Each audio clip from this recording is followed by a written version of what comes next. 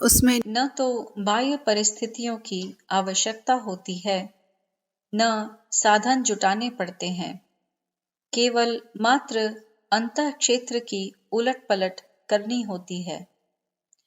दूसरों का सहयोग समर्थन ढूंढने की अपेक्षा आत्मस्वीकृति और अपने ही समर्थन की आशा होती है।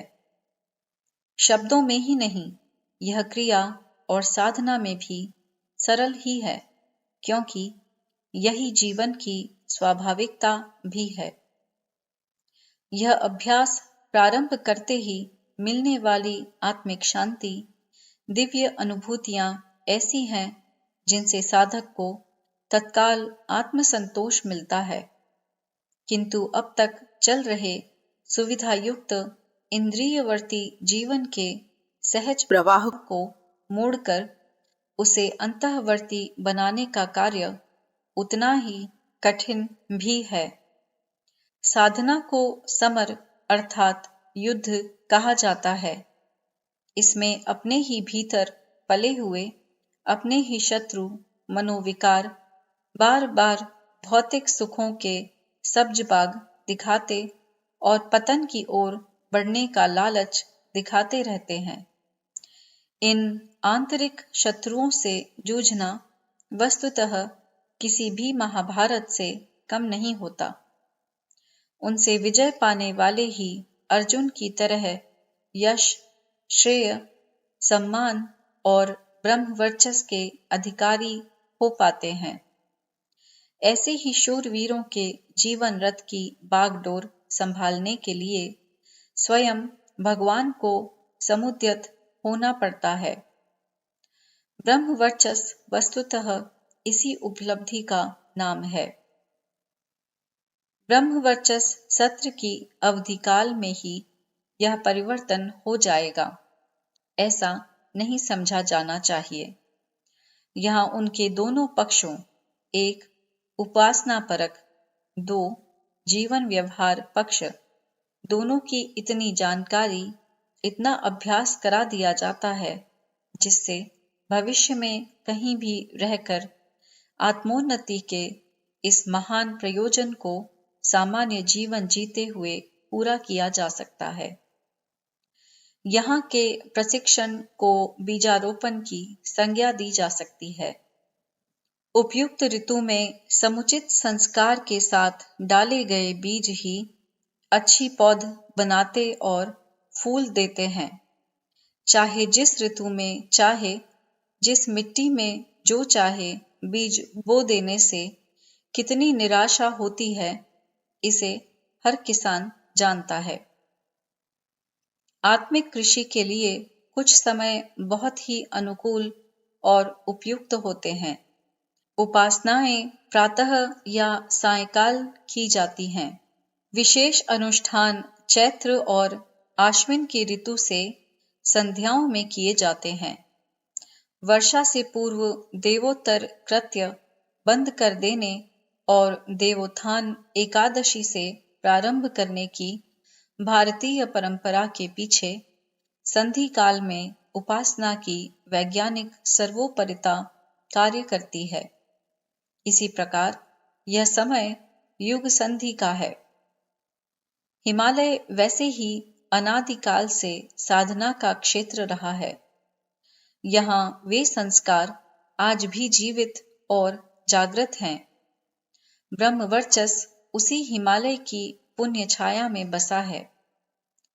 सामने कल कल हर हर कर बह रही निर्मल गंगा माँ की गोद और इतना संस्कार संपन्न स्थान जहाँ 7 ऋषियों ने बैठकर साधना की, सिद्धियां पाई और प्रज्ञा प्रकाश सारे विश्व को वितरित किया, यह स्थान निस्संदेह आधी सफलता तत्काल देने वाला माना जा सकता है। शेष आधी सफलता अपने जीवन व्यवहार से संबंध रखती है। अच्छे बीज, उर्वर भूमि और समुचित संस्कार के तदनंतर भी खेत को कीड़े मकोड़ों, जंगली जानवरों से रक्षा के लिए मजबूत बागुड़ की निराई, गोड़ाई और समय पर खाद पानी की अपेक्षा भी उतनी ही आवश्यकता होती है। इस दर्शन को समझा जाना आज की सबसे बड़ी आवश्यकता है। सिद्धियों के लोभ में आकर्षित जनमानस अपनी इसी अनभिज्ञता के कारण तथाकथित सिद्धों के चक्कर में पड़कर न केवल अपना दीन ईमान गंवा बैठता है, अपितु एक ऐसी अवांछनीय परंपरा डाले रहने का पाप भागी बनता है, जिसके कारण आज विचारशील वर्ग धर्म से बुरी तरह कटता चला गया।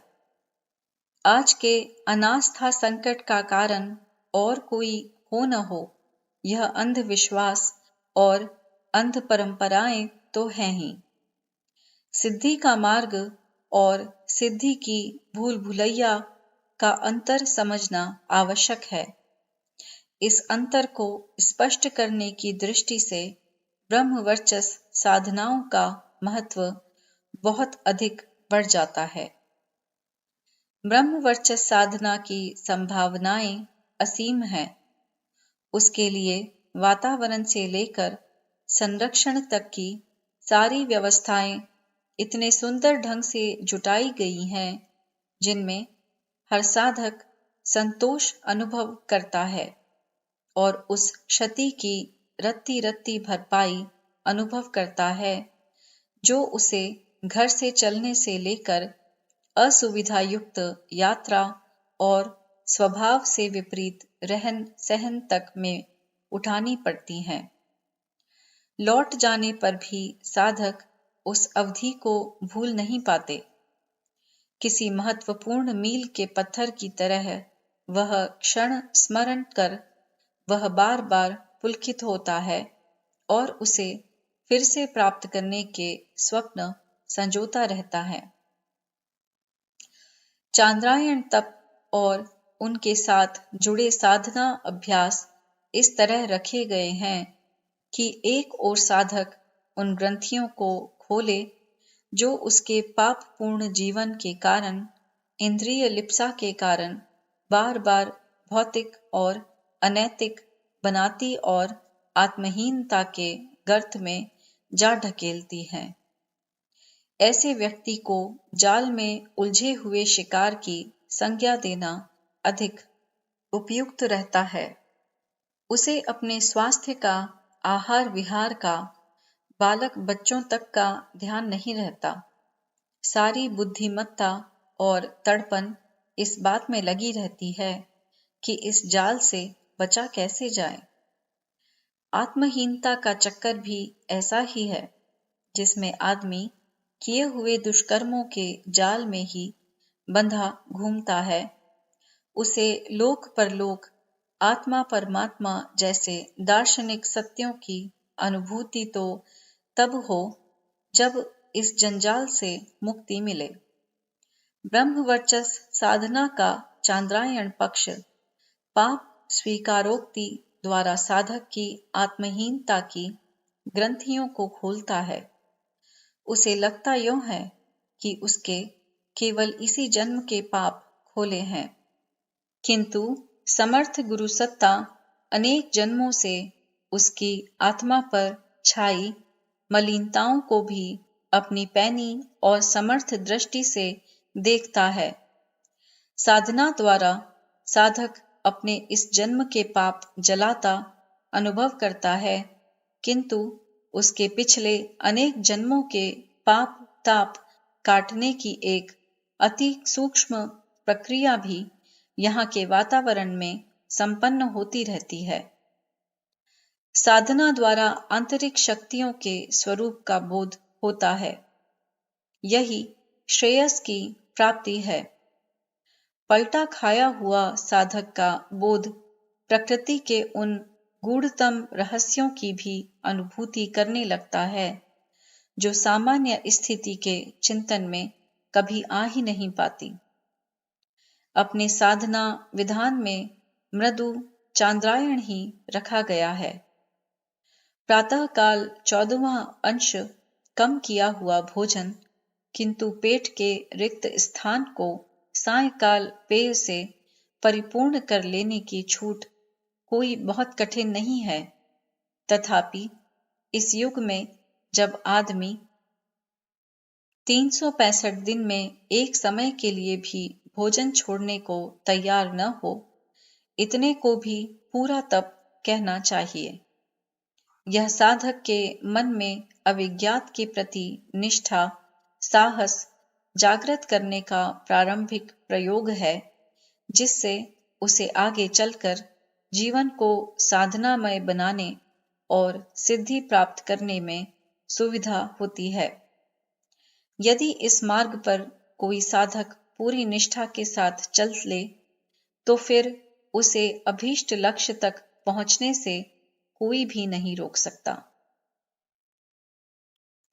जीवन साधना का मार्ग। आज जनजीवन एक विडंबना मात्र बनकर रह गया है, जिसे ज्यों-ज्यों करके काटना पड़ता है।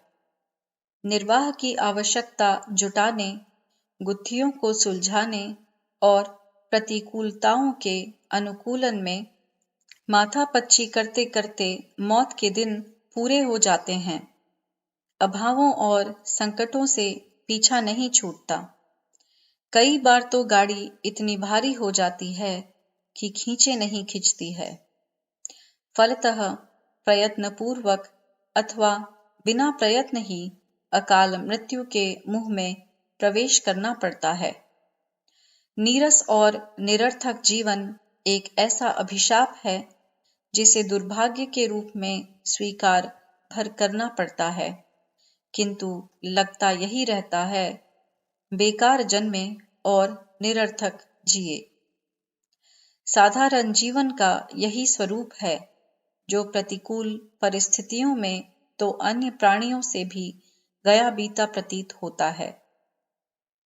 असामान्य जीवन इससे आगे की बात है। सफल, समर्थ और समुन्नत स्तर के व्यक्ति सौभाग्यशाली दिखते हैं तथा उनकी स्थिति प्राप्त करने के लिए मन ललचाता है। भौतिक संपन्नता से संपन्न और आत्मिक विभूतियों के धनी लोगों की न प्राचीन काल में कमी थी और न अब है। पिछड़े और समुन्नत वर्गों के मध्यांतर देखने से आश्चर्य होता है कि एक जैसी काया में रहने वाले मनुष्य प्राणियों की स्थिति का इतना ऊंच और नीच होने का क्या कारण हो सकता है। स्रष्टा का पक्षपात और प्रकृति का अंतर कहने से भी काम नहीं चलता, क्योंकि दोनों को सुव्यवस्थित एवं सुनियोजित करने में अंधेर गर्ती के लिए कहीं रत्ती भर भी गुंजाइश नहीं है। यह व्यक्तिक्रम रहा होता तो ग्रह नक्षत्र अपनी धुरी पर न घूमते, परमाणुओं के घटक उच्छृंखलता बरतते और परस्पर टकराकर उसी मूल स्थिति में लौट गए होते, जिसमें कि महत तत्व अपनी अविज्ञान स्थिति में अनंत काल से पड़ा था। अंधेर गर्दी के रहते न यह सृष्टि बन ही पाती और न एक दिन चलती ठहरती। यह सब कुछ परिपूर्ण व्यवस्था के अनुरूप चल रहा है। फिर मनुष्यों के बीच पाए जाने वाले अंतर का क्या कारण है? इसका सुनिश्चित उत्तर यही है कि जीवन की उथली परतों तक ही जिनका वास्ता रहा, उन्हें छिलका ही हाथ लगा, किंतु जिनने नीचे उतरने की चेष्टा की, उन्हें एक के बाद एक बहुमूल्य उपलब्धि भी मिलती चली गई। गहराई में उतरने को अध्यात्म की भाषा में साधना कहते हैं। साधना किसकी? इसका उत्तर है जीवन की। जीवन प्रत्यक्ष कल्प वृक्ष है। जो उसकी जितनी सदुपयोग साधना कर लेता है, वह उतना ही कृतकृत्य हो जाता है। जीवन का मूल्य, महत्व और उपलब्धि न समझना ही वह अभिशाप है, जिसके कारण गई बीती परिस्थितियों में दिन गुजारने पड़ते हैं। यदि स्थिति को बदल दिया जाए, जीवन देवता की अनंत सामर्थ्यों तथा उसके वरदानों की असीम श्रृंखला को समझा जा सके, तो प्रतीत होगा कि त्वष्टा के बीज रूप से वैभव का भांडागार उसी मानवीय काय कलेवर के भीतर संजोया हुआ था। भूल इतनी ही होती रही कि न उसे खोजा गया और न काम में लाया गया। इस भूल का परिमार्जन ही आत्मज्ञान है। यह जागृति जब सक्रिय बनती है तो आत्मोत्कर्ष के लक्षण तत्काल दृष्टिगोचर होने लगते हैं। इसी आत्म परिष्कार की प्रक्रिया का नाम साधना है। साधना से सिद्ध का सिद्धांत अक्षरशः सत्य है। भौतिक जगत के विभिन्न क्षेत्रों में साधनारत पुरुषार्थी अनेकानेक सफलताएं अर्जित करते देखे जाते हैं। जीवन भी एक ऐसा क्षेत्र है जिसे जड़ जगत के किसी भी घटक एवं वर्ग से अत्यधिक महत्वपूर्ण माना जा सकता है। जड़ सीमित है, चेतन असीम। जड़ से साधन मात्र मिलते हैं, चेतन में आनंद और उल्लास के भी भंडार भरे पड़े हैं। साधना का एक सुविस्तृत विज्ञान है। अध्यात्म तत्व ज्ञान के अंतर्गत उसकी व्यापक विवेचना की गई है।